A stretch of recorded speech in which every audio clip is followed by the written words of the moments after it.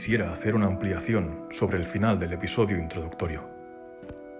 Terminé diciendo que mi objetivo no era atacar a las mujeres, sino defender a los hombres.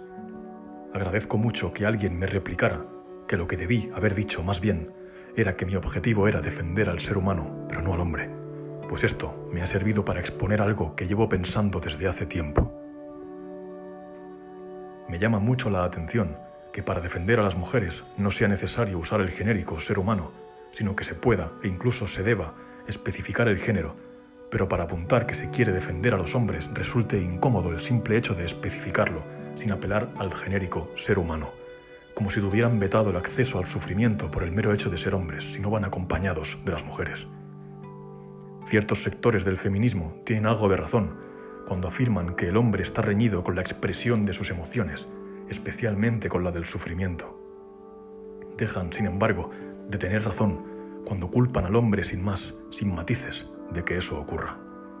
Pues no parecen darse cuenta de que una de las principales consecuencias de que no se asocie la figura del hombre con la expresión de su sufrimiento es, paradójicamente, la resistencia que existe para aceptar la reivindicación del padecimiento masculino como tal, ya que habituados como estamos a la supuesta dureza del hombre, solemos ser, y sobre todo este tipo de feminismo, más rudos e insensibles a la hora de juzgar a un hombre que cuando juzgamos a una mujer. Y es que, además de la expresión de las emociones, no parece haber nada más sobre lo que dirijan el foco, ningún otro aspecto para el que se pida más visibilidad, atención o ayuda para el varón, como por ejemplo animarles a denunciar y pedir ayuda cuando sufran malos tratos por su pareja. Parece como si se llamara la atención convenientemente sobre la falta de expresión de los sentimientos del hombre, precisamente porque es algo de lo que se puede culpar a él mismo, no siendo en el fondo más que un pretexto para encontrar en esto una de las causas de la supuesta opresión ejercida por el hombre como tal. Pero más allá de esta aparente reivindicación en favor de la expresión del sufrimiento por parte del varón, no parece haber, como digo, absolutamente ningún interés en analizar y mejorar la vida de los hombres en cuanto a su padecimiento cotidiano. Como sintetiza Daniel Jiménez, abro cita, aunque es cierto que el feminismo desafía los roles de género al elevar el estatus de la mujer, también se puede afirmar que en otras áreas como la protección los reproduce e incluso los refuerza. Al minimizar la vulnerabilidad masculina o reducirla a la expresión de sus sentimientos, se perpetúa la idea de que el hombre es fuerte y autosuficiente, mientras que la mujer aparece como necesariamente vulnerable y necesitada de ayuda. Fin de la cita. Como veremos, los datos nos indicarán que los hombres necesitan protección y amparo como lo necesitan las mujeres, y negárselo o situarlo por debajo no es más que una muestra del sesgo cultural fruto de nuestra educación.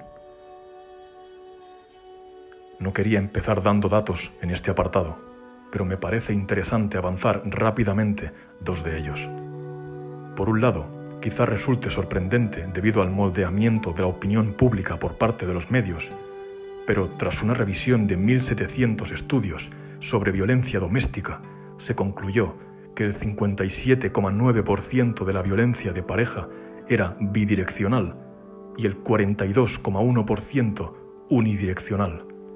Esta última, a su vez, se desglosaba así: un 13,8% era unidireccional del hombre hacia la mujer y un 28,3% era unidireccional de la mujer al hombre. No se encontraron, por cierto, diferencias en cuanto a la motivación, en cuanto a las causas que hicieron aparecer esa violencia en esos individuos, de modo que las tesis de la violencia de género como una violencia al margen de lo común, como si se tratase de un tipo de violencia especial, específico, más grave y que por tanto debe penalizarse más, no parece sostenerse de ninguna manera, pues el sujeto agresor, sin importar su sexo, agrede siempre por las mismas razones. Eso por un lado. Y por el otro, quisiera destacar un pasaje a propósito de la dureza con la que se condena a varones y a mujeres por un mismo acto. Steven Pinker señala lo siguiente, abro cita: en los Estados Unidos, cada año, cientos de mujeres cometen neonaticidio. Los fiscales a veces no procesan, los jurados raramente condenan. aquellas condenadas culpables casi nunca van a la cárcel. Barbara Kirwin, psicóloga forense, informa que en casi 300 casos de mujeres imputadas por neonaticidio en los Estados Unidos y Reino Unido, ninguna mujer ha pasado más de una noche en la cárcel.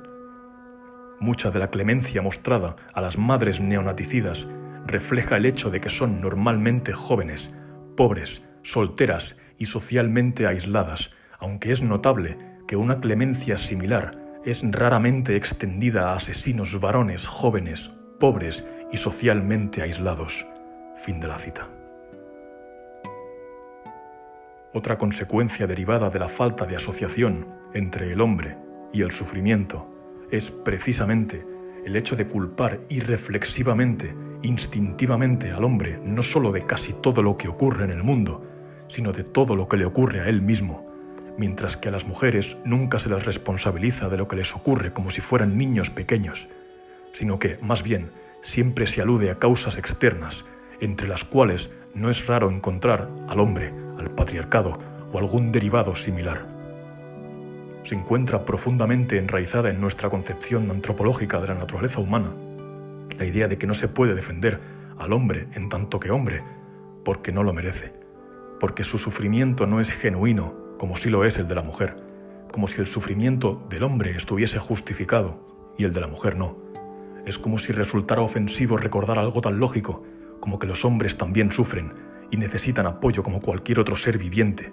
Cuesta mucho esfuerzo concebir la mera idea del sufrimiento masculino, pues se ha procurado instaurar una imagen maligna y gélida del varón, como si todos los hombres a lo largo de la historia hubieran gozado y abusado del mismo poder, cuando en realidad, como es bien sabido, la gran mayoría de ellos no han sido más que utensilios parlantes con existencias miserables, cuyas ocupaciones han sido enormemente penosas. El filósofo griego Aristóteles llamaba a los esclavos precisamente herramientas hablantes. Incluso un filósofo como Aristóteles, que hoy es insistentemente considerado un gran misógino, situaba a los esclavos por debajo de las mujeres. De modo que, incluso en una sociedad tan machista como la antigua Grecia, los esclavos, pese a ser varones, se situaban en un estrato inferior a la mujer. Como decía, históricamente la gran mayoría de hombres no han pasado de ser más que herramientas hablantes. Aún hoy, de hecho, los trabajos que entrañan mayor riesgo y que son más desagradables son copados por hombres y en España, por ejemplo, el 96% de las muertes laborales son masculinas. No termino de ver dónde está el privilegio en que la práctica totalidad de los accidentes laborales que terminan en muerte sean protagonizados por varones.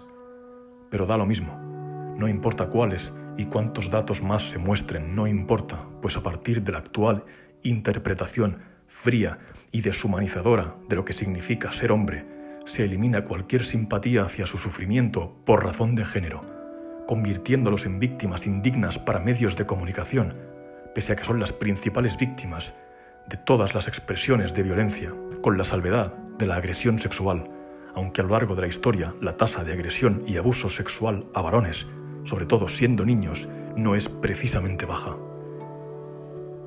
Como decía, educados como estamos en la inferioridad moral del hombre, se entiende perfectamente que no escandalicen a nadie titulares como los siguientes: confirmado científicamente, los hombres son tontos. O el varón, un arma de destrucción masiva. O los hombres y su pasividad ante la violencia de género. O llegará un día en que los hombres no serán necesarios. O, este me gusta especialmente, para compensar su debilidad frente a las mujeres, los hombres buscan el poder. Se me instaba, decía, a hablar del ser humano y no del hombre, por resultar ofensivo y de mal gusto reivindicar el bienestar del hombre en particular cuando las mujeres han sufrido tanto. Pero lo que no parece tenerse en cuenta es que el concepto de humanidad, de ser humano, es en el fondo una cáscara vacía, está completamente hueco de significado. ¿A qué se refiere uno cuando habla de ser humano? ¿A qué clase de individuos nos referimos? ¿El hombre que es obligado a ir a la guerra a perder la vida de forma violenta? ¿El hombre excluido de los planes de ayuda a la inmigración mientras las mujeres sí son acogidas? el hombre cuya ocupación profesional entraña una alta peligrosidad y riesgo de muerte, el hombre que malvive en las calles llevando una vida tan lamentable que más le valdría no estar vivo, más del 80% de los sin techo en España son varones, o el hombre que durante un conflicto bélico es deliberadamente apartado de los ancianos, las mujeres y los niños menores de 14 años para ser irremisiblemente fusilado, cuando no torturado antes. Todos estos hombres no sufren como seres humanos, no están sufriendo seres humanos abstractos con atributos indeterminados aplicables a cualquier individuo. No, lo que está sufriendo en cada uno de esos casos es un hombre. Está sufriendo un hombre y está sufriendo porque es un hombre, porque posee la característica irrenunciable e irrevocable de ser hombre, de la cual no puede librarse aunque lo desee, como les ocurre, por otro lado, a las mujeres. Resulta muy curiosa la queja que se ha venido haciendo desde hace tiempo desde la filosofía, según la cual el concepto de ser humano se ha identificado, se ha fundido tradicionalmente con el concepto de hombre, dejando al margen siempre a la mujer, como si fuera un otro. La mujer es la otredad, mientras que el hombre es el ser humano genérico, y esto es considerado injusto. Y tiene sentido, ciertamente. Sin embargo, lo que parece pasar más desapercibido es que esta injusticia, esta identificación entre el ser humano y el hombre, tiene para el varón la inquietante contrapartida negativa que comentábamos antes. Esa identificación entre ser humano y hombre también alcanza el ámbito del dolor, del sufrimiento, de manera que el hombre, al ser identificado con el ser humano en abstracto, también se le atribuye un sufrimiento en abstracto, lo que se concibe como un sufrimiento acartonado, poco cercano, quedando desposeído de un sufrimiento propio, particular, que le pertenezca en tanto que hombre como categoría. Por el contrario, el dolor del hombre se enmarca únicamente dentro del distante, frío e impersonal ser humano.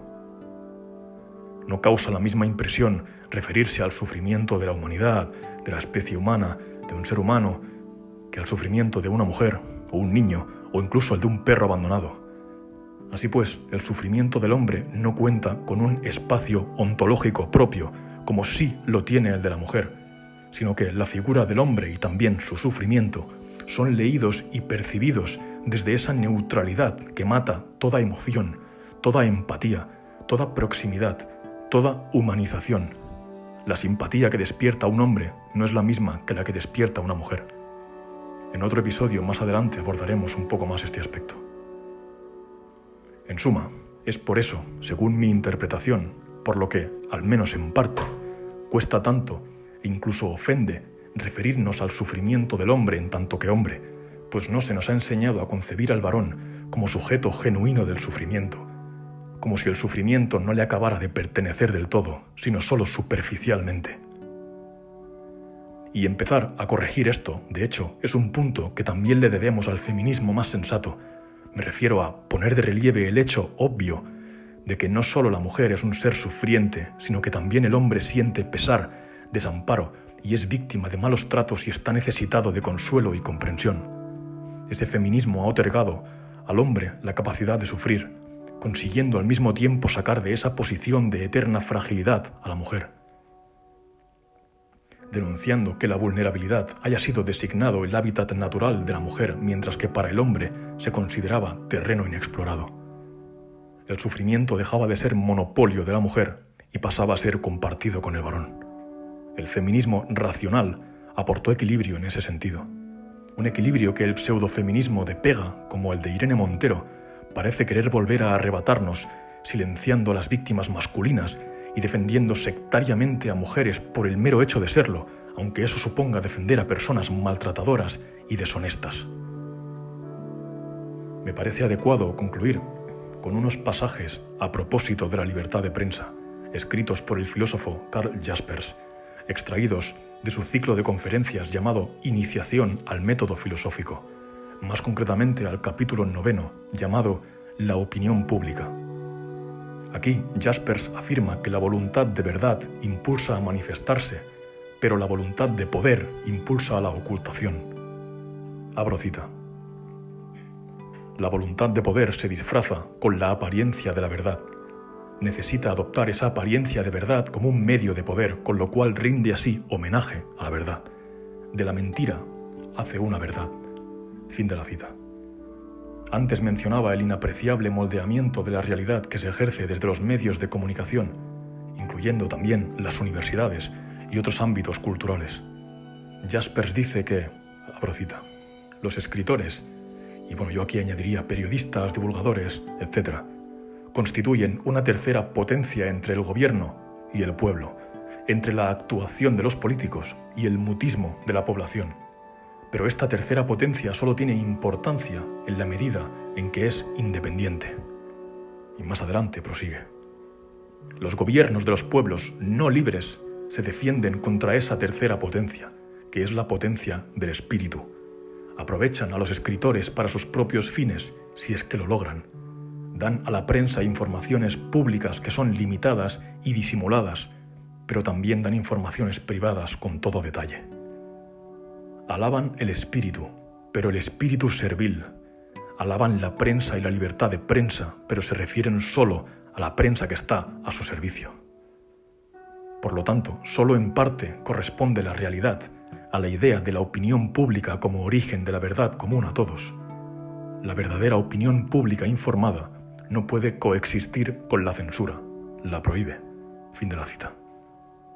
Jaspers dice que, a menudo, se usa el pretexto de proteger al pueblo de influencias perjudiciales para justificar el ataque a la libertad de prensa y la defensa del control de la información. Argumenta así contra este tipo de prácticas. A todo eso puede responderse que semejantes argumentos suponen la existencia de un pueblo menor de edad, mientras que la voluntad de libertad de prensa supone un pueblo capaz de asumir las obligaciones de su mayoría de edad. Y creo que es aquí donde señala lo que me parece el punto crucial. Sostiene que la censura conduce al falseamiento y a la opresión de la verdad. La libertad solo a falseamientos. Es por ello que el autor, pese a reconocer las limitaciones de la libertad de prensa, sigue escogiendo esta vía por resultar más justa y menos opresiva para la verdad. Ejemplos concretos de silenciamiento u ocultamiento los tendríamos en que los gobiernos recojan información sobre víctimas femeninas pero ignoren las masculinas, o que solo se haga recuento oficial de los infantes y menores muertos a manos del padre, pero no los que pierden la vida a manos de la madre. Este sesgo suele originarse en las entidades encargadas de elaborar estadísticas y datos, cuando han sido contaminados por el sesgo ideológico impuesto normalmente por la clase política de turno, alcanzando, como es habitual, a la prensa.